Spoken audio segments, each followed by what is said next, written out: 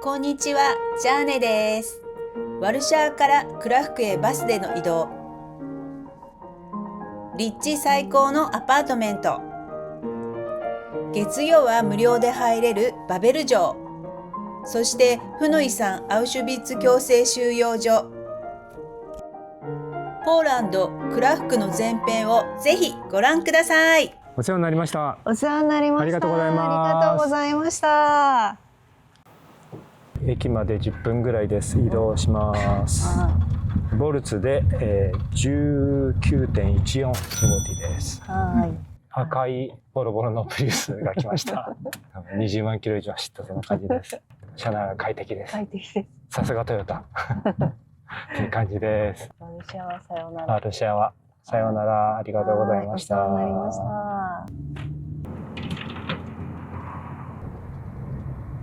ワルシャワウエストのバスステーションです。右側の方がマップの看板があるところがレイルウェイステーションです。鉄道駅です。ワルシャワ西のバス停にはレストラン等があります。簡単に見ていきましょう。ロシマはスーパーでしょうか。他にはちょっと軽食も売っております。反対側にはアクセサリーとか小物を売っているお店があります。キオスクみたいなお店もあります。一時荷物預かりがここにあって、あとこの下はトイレがありますが、4ズウォーティ有料です。コンビニもありますね。おはようございます。おはようございます。ジャーネです。本日9月の15日です。今、ポーランド・ワルシャワにいます。これからバスに乗ってクラクフまで行く予定になってます。今11時ぐらいなんですが、ワルシャワの天気は今19度ですけど、22度まで上がって、最低気温17度ですね。クラクフが、今15度で18度まで上がって10度ということで、クラフクの方がちょっと涼しいかなという感じがします。なんか難しい言い方しましたね。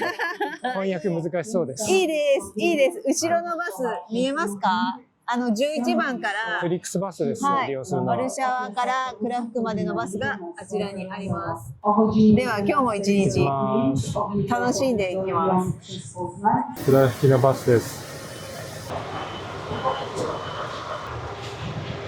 QR コードを見せて乗り込みます。事前にオンラインで購入、1名約2200円でした。また今回私たちは前の方の席です。ここです。なんか落っことしてないの？いつもここです。すごくないこれ。覚えてるから使ったバス会社と同じフリックスバスで、このバスにはなんと USB の充電口があります。やったー。あとは特にありませんね。あとはフットレストだけです。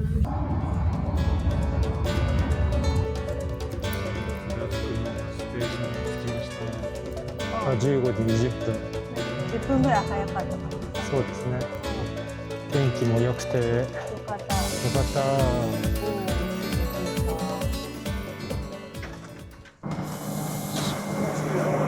このバスでやってきました。クラフクのバスステーションです。バスステーションの中を通り抜けてホテルへ向かいます。ここが出るね。さっきビストロなど。コスタリカコーヒー。コスタコーヒーがあります。こじんまりした小綺麗なバスステーションです。この裏の方か。ランチ TU バーに来ました。ホテル近くです。まずここでランチを取ります。ここにランチメニューがあるので、この3つの定食が選ぶようです。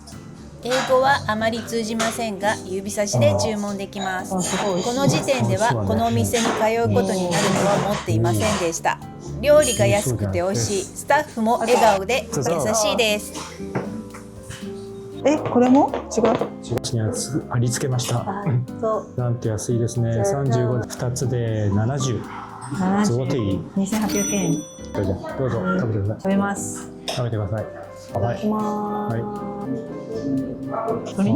鶏肉で？美味しい。あとはポテトと付け合わせのきゅうりと人参、麺が入ってます。コンソメが効いて美味しい。美味しい。います。美味しい。でかいね。これはね、いいね。あ、なんかこれ使ってたよ。これなんでか。ああ、何？どう？これ玉ねぎなんでしょ。柔らかくて美味しい。これと一緒に食べる。はい。普通の家庭料理みたいで美味しいね。美味しいけど、ちょっとぬるいな。いや、トイレトイレ行ったりしてさ、冷めちゃうに決まってんじゃん。よく食べてないんだ。ほんの数分だよ。はい、今回お世話になるアパートに着きました。この14ってとこです。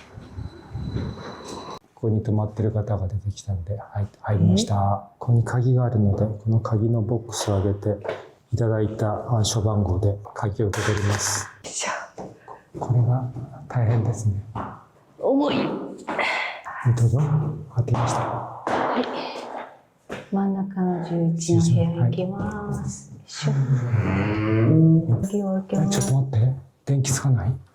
外でこのパスワードを押します。中に入ります。実は右側に、階段があるので下に降ります。ちょっとだけ降ります。はい。そうすると、なんと今ドア開いてますけど、ドア閉まってたら開けて、このエレベーターを押します。信じられないよ。ここにあったなんて。はい、ここに大きめのエレベーターがありまはい、す。スーツケース余裕で入ります。3階押します。はい、上に上がります。そしたら、ここに出る。今回借りているところは、ここ間違っちゃいけないところ。11です。はい。ドアは、ここは鍵がかかっておりませんので開けます。そしてまっすぐが11で。来ました。明るい、やった明るい変です。お、着いた。明るい。アコダで5泊44,219円でした。あ、コンビニが前にあるよった。ビールが買えるいっぱい。水回りを見てみましょう。水回りはシャワー室、洗面台、ドライヤーとトイレットペーパーの替え、シャワー室にはコンディショナーとボディーソープ、洗濯機もありました。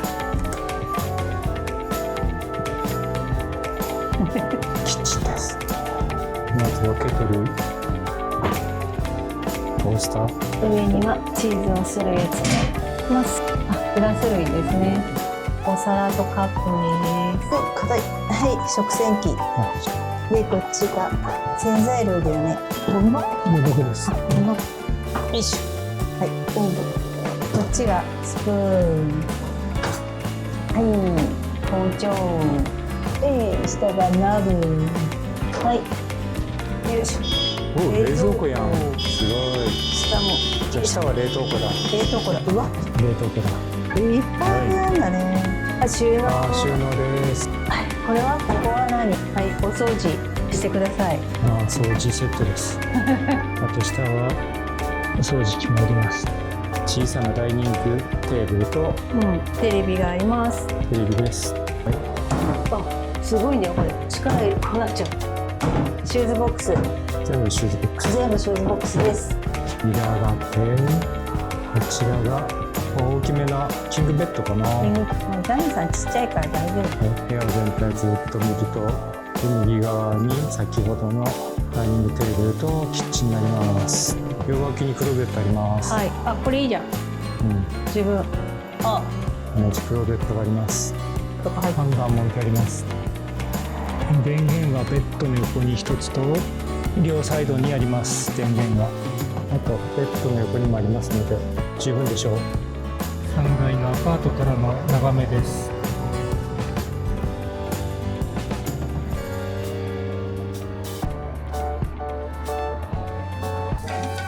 今バスステーションのチケット売り場で明日アウシュビッツに行くバスのチケットを買ってきました。片道1人22ゾーティです。クラフク駅の中にあるスーパーマーケットで買い物をして帰ります。テントウムシのロゴが目印の野菜が新鮮なお店です。ドリンクや朝食パンなど47.49 ゾーティ。ビールはアパート前のザブカで購入 17.50 ゾーティでした。安すぎたので夜はラーメンにしてみました。カレーラーメンとわからないラーメン。ラーメンです。はい、いっぱい。今日のラーメン。今日のラーメン。いただきます。ラーメンです。インスタントラーメン作りました。美味しいよ。本当に。どうそっち。ラーメンに。私の方のラーメンはなんかちょっとカレーかなと思いましたが、色を黄色いだけで。美味しい。思ったより美味しい。これね、麺がもちもちだね。麺すごい美味しい。美味しい。日本のラーメンと麺が違うよ。韓国の辛ラーメンじゃなくて。ラオウのさ、麺あるじゃん、しっかり。ちょっと高めの。意外とうまいです。意外と美味しい。3ぐらい出すよ。3、42、100円ぐらいですかね。120円。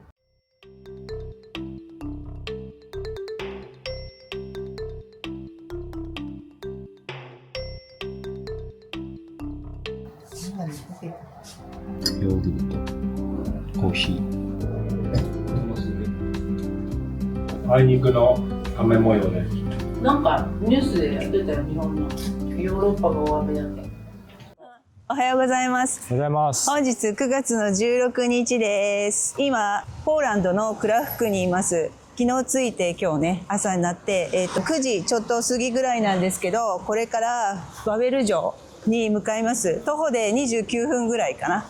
クラフクの気温、今の気温15度、17度まで上がる予想です。最低気温が14度になってます。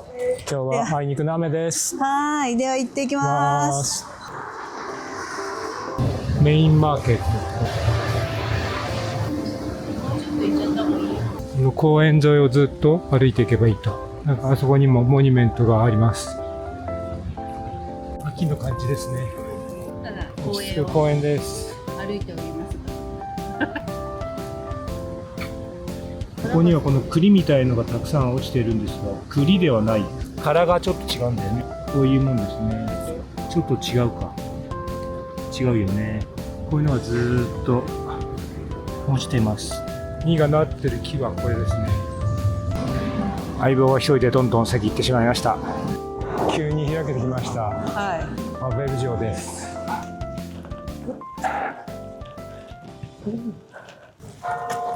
お、鐘が鳴ってる。バベル城に入場します。あ、チケット持ってるよ。なんかもらうんだ。月曜日は無料入場チケットがあるようです。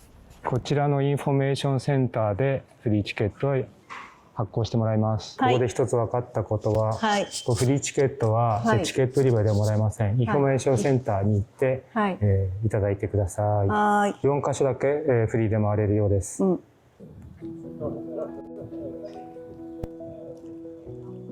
1カ所目、バベルの遺構、発掘調査で発見された出土品の展示があります。遺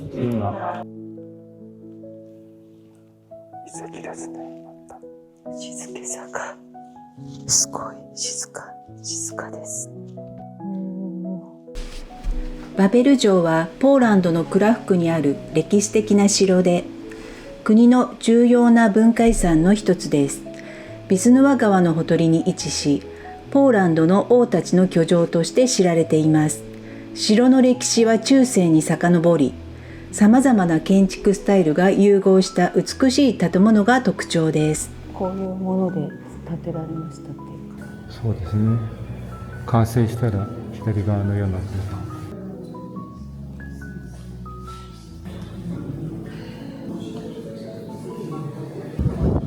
す。おー、すごい広場できました。2番目に入場する聖教会ゲレオンです。柱のところです。ドームのところ。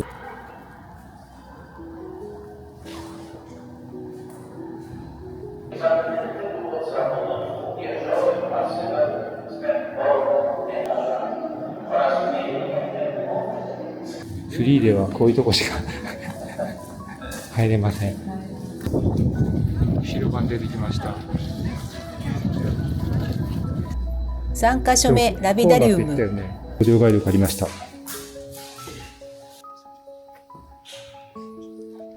当時の井戸がそのまま残っています。かなり深いです。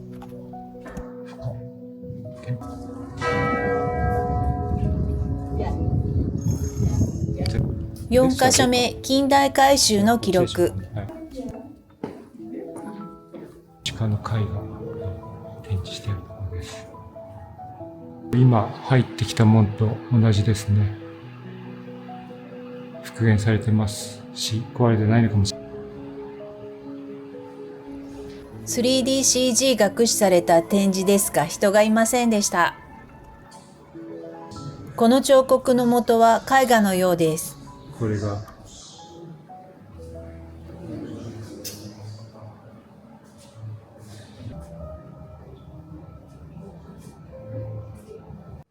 地下道にあるお店です。チーズとセサミを買いました。3ですね。安いです。ランチ TU バーに来ました。どれを見ても美味しそうです。豚肉ローストのソース煮込みを頼みました。ランチボックス35ゾーティーです。すぐ近くのランチ TU で買ってきました。1人分で分けても盛り付けるとこうなりますので、もう2人分ですね。十分です。はい。写真撮る前にこうなっちゃいました。お弁当です。これからアウシュビッツ博物館に向かいます。オシーフェンチム行きバスに乗ります。バスは地上階 D10 から出発しております。料金は1名22ゾーティです。大型バスですが、乗っているお客さんは10名以下です。時間にもよるのかもしれません。早く来ましたが、ギリギリでも全く大丈夫でした。今バスが出発しました。アルシュビッツビルケナウ博物館へ向かっています。約1時間半ぐらいで着く予定になってます。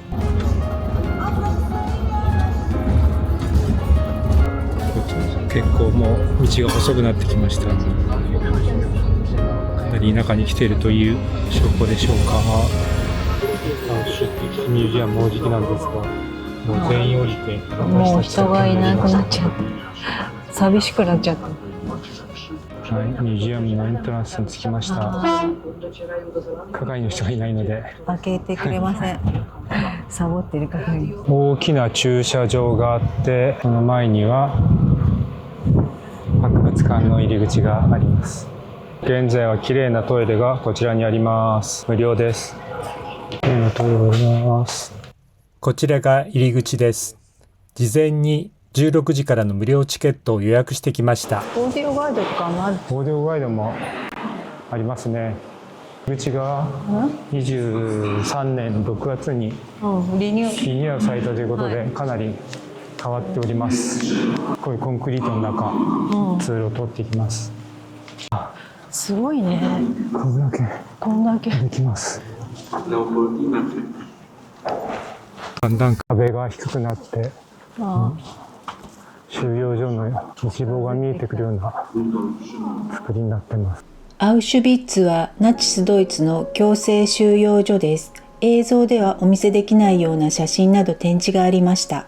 そちらなどは載せておりませんが、もし見たくない方は飛ばしてください。アウシュビッツの門にドイツ語で書かれているフレーズ、アルバイトマッチフライ。労働が自由をもたらす非常に皮肉な意味を持っています。収容所の囚人たちに対し労働を通じて自由が得られるという虚偽の希望を示しました。実際にはここでの労働は過酷で死に至ることが多く、囚人たちにとって自由は決して得られないものでした。このフレーズはナチスによる大規模な惨殺や非人道的な扱いの象徴として今日でも強い印象を残しています。現在は博物館として保存されており、歴史の教訓を伝えるために多くの訪問者が訪れています。アウシュビッツの歴史は非常に悲劇的で、当時の人々の苦しみを理解することが重要です。私たちもこの負の遺産を心に刻むために行きました。アウシュビッツは今では博物館となっていますが、第二次世界大戦中ナチスドイツが行ったユダヤ人を中心とする約600万もの人々が組織的に惨殺された場所です。アウシュビッツは主にアウシュビッツ本部、アウシュビッツ収容所、アウシュビッツ強制労働収容所の3つの主要な部分から成り立っていました。収容された人たちは労働者、人体実験の検体、価値なしの3つに選別されました。周囲に張り巡らされた電気フェンス、高電圧が流されており、逃亡を試みる収容者に対し致命的な危険、心理的な抑圧、絶望感を与えるものでした。射殺場には主に強制収容所の敷地内にありました。部屋と部屋の真ん中にあり、とても残酷な場所です。収容者の写真が並んで部屋に入った瞬間、言葉を失いました。非常に強い印象を与える部屋でした。写真を通して彼らの残酷な運命を思い知らされました。ブロックに入ります。大量のメガネの一部、義足、松葉杖など、そしてこれから生活するであろう鍋、食器類など、数えきれないほどの靴の山。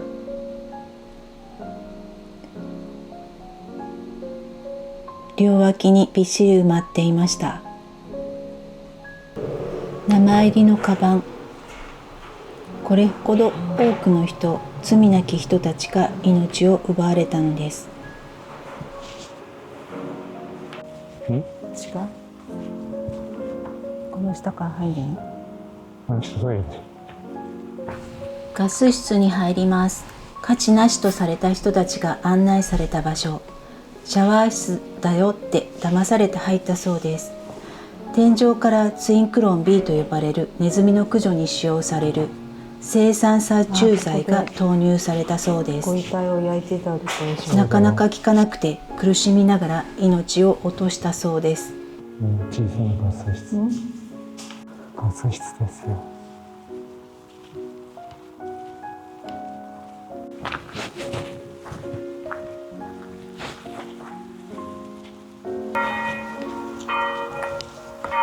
ここが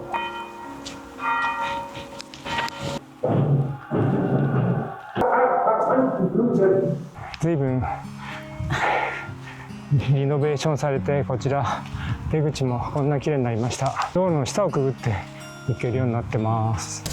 ジャニさんどう思った？入って2回目。博物館見てきました。見てきたけど、やっぱり、空気は重苦しかったね、すごくね。写真とか見ると映像とかは非常に多くなってるね。そういうので、戦争の悲惨さを表現しようとしてるなっていうのが分かりました。ただ10年ぐらい前に来た時の何もそういった映像とかない時の方がなんか重たい感じがしました。でもやっぱり亡くなった方の写真とかパネル見ると、もうあんな悲惨な胸が痛くなりました。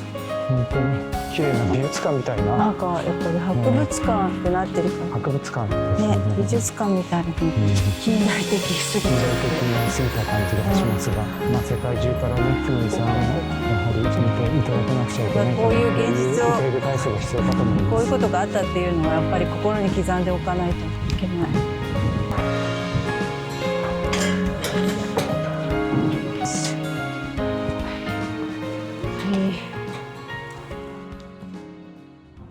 アウシュビッツ博物館から帰りのバスに乗りました。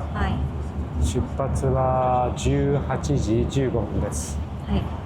最終が19時15分ありましたけど、もう外は真っ暗なので一つ前のバスに乗りました。バスはキャッシュで OK なのですが、事前にチケットを購入したら優先で乗り込みます。カードで買えるけど後になる。でも帰りのチケット買っちゃうと何時に乗るかわからないので、時間が分かっていれば買っておいてもいいけど、分かってない場合はやはり乗る時に買った方がいいかなと思います。外はもう真っ暗になってきました。はい、このバスで戻ってきました。1時間半。今何時ですか？今は19時36分です。駅ビルのカーフールで買い物して帰ります。はい、食材です。これは 41.08 です。駅中スーパーで買いました。こちらの方が野菜が豊富です。はい。33.77 zloty です。アイスが高いです。高級品です。バーキングのプロモーションです。チーズバーガーとホッピーなんとかジュニアというグリルド、ハンバーガーついております。これでじゃーん安い。19.24 です。